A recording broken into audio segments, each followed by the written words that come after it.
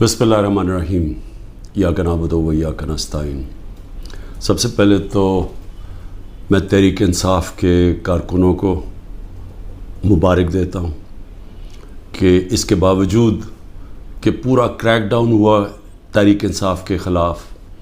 تقریباً ساری لیڈرشپ یا جیل میں ہے یا انڈر گراؤنڈ ہے، چھپی ہوئی ہے،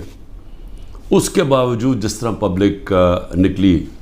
اور اس چیز کے اوپر جو کہ ہر مسلمان کو تکلیف دیتی ہے کہ قرآن کی جو بے حرمتی کی گئی سویڈن کے اندر اور آزادی رائے کے آڑ لے کے اس کے پیچھے چھپ کے کی گئی، تو مجھے بڑی خوشی ہوئی کہ ایک زندہ قوم کی طرح اور اپنے کارکنوں کو میں خاص طور پہ کہنا چاہتا ہوں کہ زندہ قومیں نکلتی ہیں حق سچ کے لیے اور انصاف کے لیے، اور مجھے بڑی خوشی ہوئی ہے دیکھ کے کہ ہم نے کم از کم پاکستان سے